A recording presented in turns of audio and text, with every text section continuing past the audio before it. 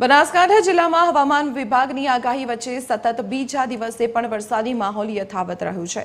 ગત મોડી રાત્રે વીજળીના કડાકા ભડાકા સાથે ડીસા સહિત અનેક ગ્રામ્ય વિસ્તારોમાં કમોસમી વરસાદ તૂટી પડ્યો હતો। અચાનક આવેલા વરસાદને કારણે ખેતરોમાં લણણી કરીને રાખેલી બાજરી અને મગફળીના પાકને ભારે નુકસાન પહોંચ્યું છે। બીજી તરફ ડીસા માર્કેટયાર્ડમાં ગઈકાલની જેમ સતત બીજા દિવસે પણ ખુલ્લામાં રાખેલી અનાજની બોરીઓ પલળી ગઈ। હવામાન વિભાગની આગોતરી ચેતવણી હોવા છતાં વેપારીઓની નિષ્કાળજીના કારણે માલ સુરક્ષિત ન રખાતા ખેડૂતો અને વેપારીઓને મોટું આર્થિક નુકસાન સહન કરવું પડ્યું છે અને માલની ગુણવત્તા પણ બગડી ગઈ છે।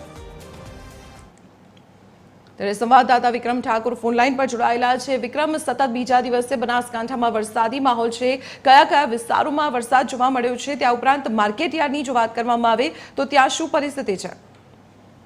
જે દીપાલી ચોક્કસથી વાત કરવામાં આવે તો હવામાન વિભાગની આગાહી વચ્ચે બનાસકાંઠા જિલ્લામાં બીજા દિવસે પણ વરસાદી માહોલ યથાવત રહ્યો હતો। જો કે વાત કરવામાં આવે તો ગત મોડી રાત્રે ડીસા સહિત જિલ્લામાં અનેક વિસ્તારમાં વીજળીના કડાકા ભડાકા અને ભારે પવન સાથે વરસાદ વરસ્યો હતો। આ વરસાદના કારણે ડીસા માર્કેટયાર્ડમાં ફરી એકવાર અનાજની બોરીઓ પલળી જવાની ઘટના સામે આવી। જો કે હવામાન વિભાગ દ્વારા અગાઉથી જ કમોસમી વરસાદ અને પવનની આગાહી કરવામાં આવી હતી, તેમજ છતાં ડીસા માર્કેટયાર્ડમાં અનાજના જથ્થાને સુરક્ષિત રાખવા માટે પૂરતી તકેદારી લેવામાં ન હોવાનું સામે આવ્યું છે। તેમજ પરિણામે વરસાદી પાણીના કારણે મોટી સંખ્યામાં અનાજની બોરીઓ પલળી જવાની ઘટના બની હતી। સતત બીજા દિવસે પણ આવી સર્જાતા માર્કેટયાર્ડના સંચાલક અને વેપારીઓની કામગીરી સામે અનેક સવાલ ઉભા થયા। તેમજ આગાહી હોવા છતાંય માલને તાડપત્રી કે અન્ય સુરક્ષા વ્યવસ્થા ન ખસેડવાને લઈને ખેડૂતોનો જે પાક હતો, મોંઘા ભાવનો પાક, અત્યારે તો પલળી રહ્યો। એટલે ક્યાંક ને ક્યાંક અત્યારે તો વેપારી પણ પોતાની મનમાની ચલાવે એવું દેખાય ક્યાંક કે જે ખેડૂતોએ જે પોતાની મહેનત કરેલો પાક અત્યારે તો માર્કેટયાર્ડમાં ખુલ્લામાં પલળી, એટલે ક્યાંક ને ક્યાંક ખેડૂત પણ અત્યારે તો ચિંતિત। તેમજ ડીસા વિસ્તારના અનેક ગામડામાં રાતે ગત મોડી રાત્રે વરસાદ હતો। જી વિક્રમ, આભાર માહિતી આપવા બદલ। તો જે રીતે બનાસકાંઠા અને ખાસ કરીને ડીસા એપીએમસીમાંથી જે સમાચારો સામે આવી રહ્યા છે તેને